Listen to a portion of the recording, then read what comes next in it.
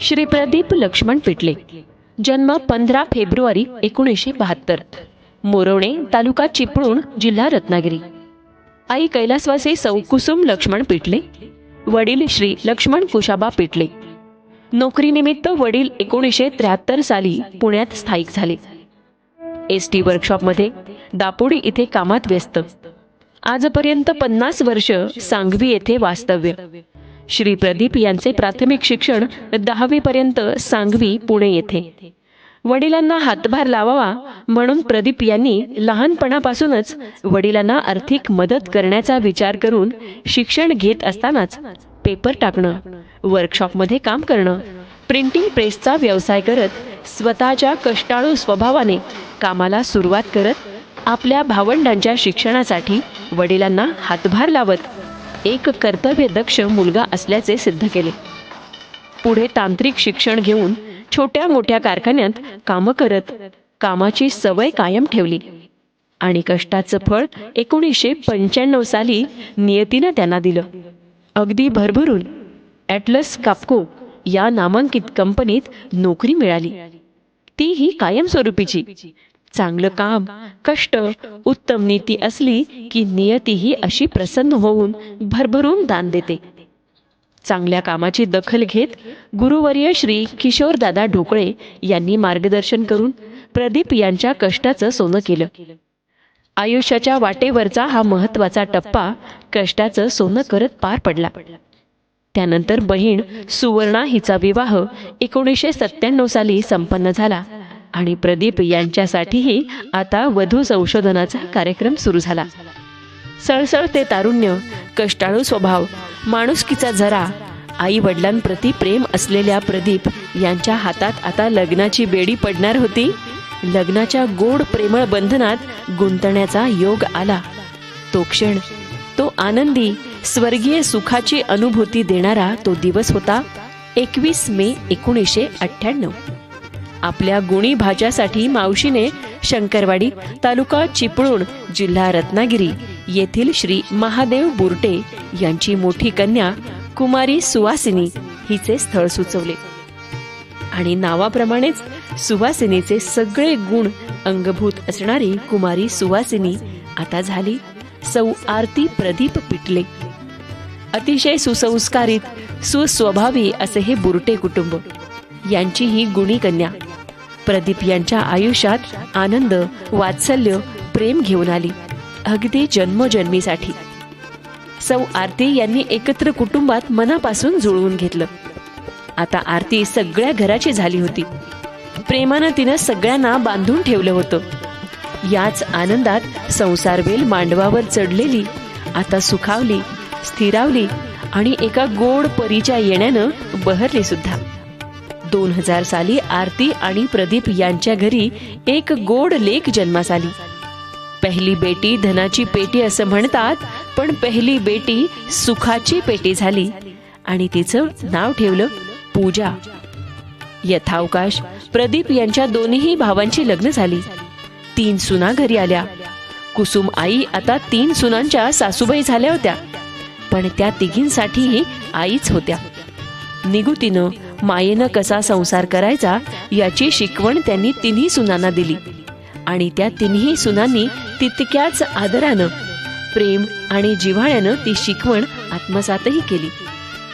आज या तिघी आणि सासूबाई समाजात एक आदर्श उदाहरण आहेत. कुसुम आई धार्मिक असल्याने सद्गुरू श्री खाडेबाबा यांच्या सत्संग बैठकीला जात असत. सद्गुरू श्री खाडेबाबांच्या आशीर्वादाने आईने घराची संपूर्ण जबाबदारी तिन्ही सुनांवर टाकली.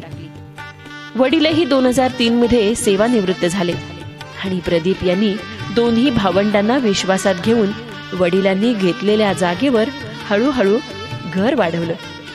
घराचं नाव ठेवलं सुख समृद्धी. याच सुख समृद्धीत आणखी एका आनंदाची भर पडली आणि प्रदीप आरती यांना 2011 साली दुसरी कन्या झाली. तिचं नाव ठेवलं गौरी. दोन्ही मुली लक्ष्मीच्या पावलांनी आल्या आणि घरात भरभराट सुरू झाली. आता प्रदीप यांनी पुन्हा एक नवीन फ्लॅट घेतला. मोठ्या मुलीला IT इंजिनियर करून आयुष्यात ITत आणि ITत राहण्या इतपत सक्षम केलं. शिवाय मनाला समाधान म्हणून छोटे मोठे कोर्सही करू दिले. पूजानेही नावाप्रमाणे नटराजाची पूजा केली आणि भरतनाट्यममध्ये विशारद ही पदवी घेतली. सध्या गौरीचे शिक्षण सुरू आहे. सहजीवनाच्या 25 वर्षांच्या प्रवासात आरती आणि प्रदीप यांना आई वडील, भाऊ प्रमोद आणि प्रशांत, दोन्ही वहिनी सौ अश्विनी आणि सरिता, बहीण सुवर्णा आणि दाजी श्री सुनील बांद्रे यांची प्रेमळ साथ मनापासून मिळाली. या सगळ्यांच्या साथीमुळेच इतकी प्रगती करता आली. याबरोबरच सासरच्या सगळ्या मंडळींनी जावई प्रदीप आणि लेक सुवासिनी म्हणजेच आरतीवर भरभरून प्रेम केलं, जीव लावला. हे असं सगळं गुण्या गोविंदानं चालू असताना मात्र करोना काळामध्ये या घराचा आधारस्तंभ असणाऱ्या प्रदीप यांना हृदयविकाराचा त्रास झाला. शस्त्रक्रियाही करावी लागली. यामध्ये मात्र एक दूसरे से करते है प्यार हम, एक दूसरे के लिए बेकरार हम असं म्हणत भाऊ, बहीण, दाजी या सगळ्यांनी शस्त्रक्रिया पार पाडण्यासाठी धडपड केली. या धडपडीला अखेर गोड फळ मिळालं, यश आलं आणि प्रदीप यांची शस्त्रक्रिया निर्विघ्नपणे सुखरूप झाली.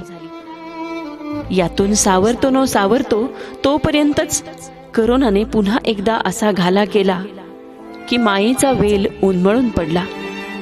ऑक्सिजन लेवल कमी, करोनामुळे संसर्ग वाढून सप्टेंबर 2020 मध्ये या घरातली प्रेमळ माऊली, सुखाची सावली असणारी सौ कुसुम आई देवाघरी गेली.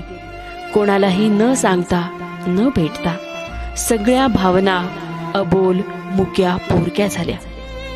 या काळात कमल बोलेताई आणि निळकंठ दाजींनी खूप सावरलं.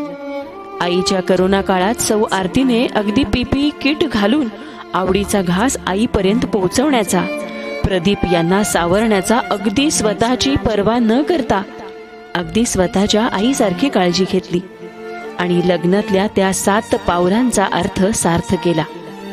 आरती यांनी या 25 वर्षातला हा आईच्या सेवेचा प्रसंग काळजाला अगदी चर्र करणारा, त्यांच्याबद्दलचा आदर अधिक वाढवणारा, आपली पत्नी असल्याचा अभिमान देणारा होता.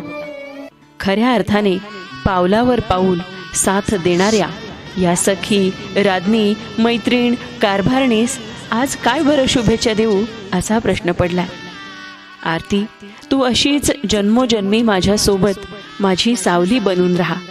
मला सावरायला, आवरायला, बहरायला तूच हवी आहेस आरती.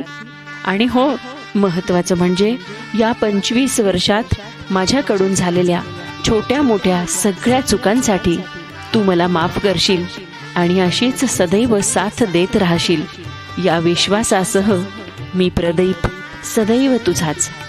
25 वर्षांच्या या सहजीवनाच्या प्रवासात लग्नाच्या 25व्या वाढदिवसाच्या सौ आरती, तुला अनेक अनेक शुभेच्छा मनापासून, अगदी दिल से. हॅपी वेडिंग ॲनिव्हर्सरी आरती, हॅपी वेडिंग ॲनिव्हर्सरी.